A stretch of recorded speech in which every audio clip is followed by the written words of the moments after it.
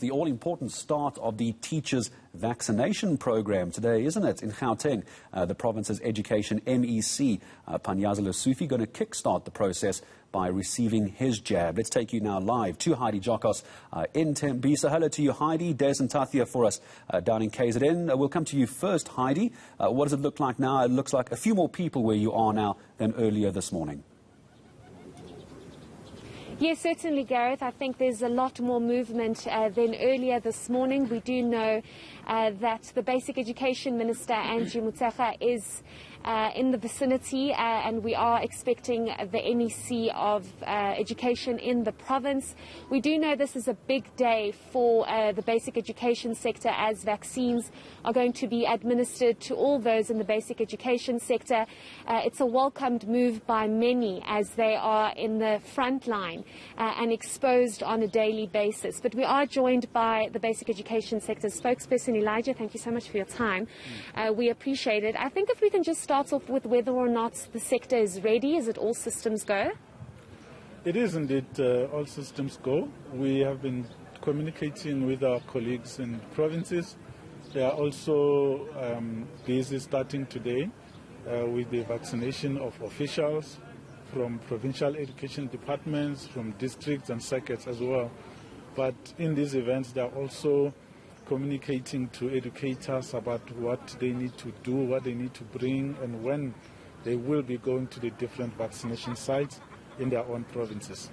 Just speak to us about whether or not you have heard anything with regards to the reluctance and skepticism from a number of teachers getting the vaccine. We've heard that some of them are slightly unhappy that they'll be receiving Johnson & Johnson and not Pfizer. What is the word that you're getting on the ground? No, we're not getting much of that negativity in the sector. In fact, what we are seeing is excitement. And I think what is assisting is that all the 5 teacher unions have been communicating with their members and explaining to them the importance of getting the vaccine, irrespective of the brand. They are saying that the vaccine is very important because it will protect you from the coronavirus. So that's what we are working with. It is normal for people to be skeptical. It is not just in the basic education sector. You never get 100% coverage. Check anywhere in the world. You will find that there are skeptics who say they will not get the vaccine. And sometimes, you know, it's a wait-and-see game. You want to see who goes in first and what happens to them after a few days. And once you see that nothing happens, you will then follow too. So it's human behavior. It's normal. But the majority of our educators are looking forward to it. The messages and the response that we've been getting from provinces does indicate that, in fact, a lot of people will be going to get vaccinated. Sure, and then just speak to us about the deadline that has been set. I know it's a deadline by the National Department of Health for 10 days, but if we're looking at over 500,000 to be vaccinated within 10 days, and we look at how it's taken almost 5 months to vaccinate just over 2 million people, do you think this deadline will be met, and how urgent is it for teachers to be vaccinated as quickly as possible? Well, the difference between normal society and the sector is that we know who is going to be vaccinated. We know where they are. They go to work every day at schools. We are going to schedule them so that during working hours, which are our hours, that the employers' working hours, they will then be going to the vaccination sites. And we know where they will be. So it is easy to account for that. It's unlike when you make an open invitation to people that are sitting at home and have other commitments that you can't control.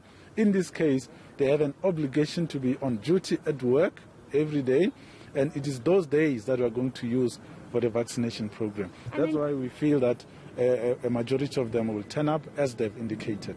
Sure, and then just lastly, we do know that the Western Cape will not start with vaccinations for teachers and those in the basic education sector because the vaccines have not arrived. Is this cause for concern for you guys? No, that's not true at all. The vaccines arrived yesterday.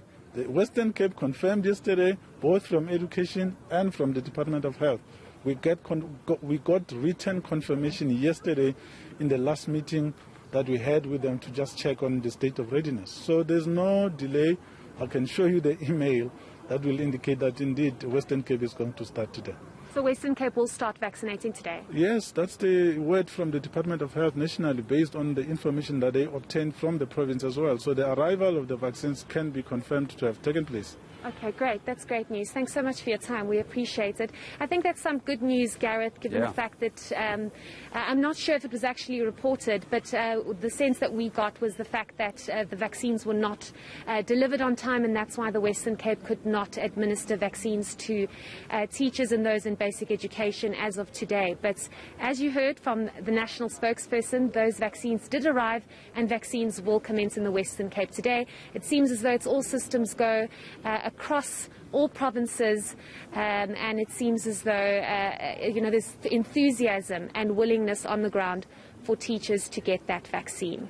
More importantly, I wonder if Elijah is wearing a short-sleeve shirt underneath that jacket to roll up high enough for that jab. We're going to get him live on camera as he gets the jab a little bit later. Heidi.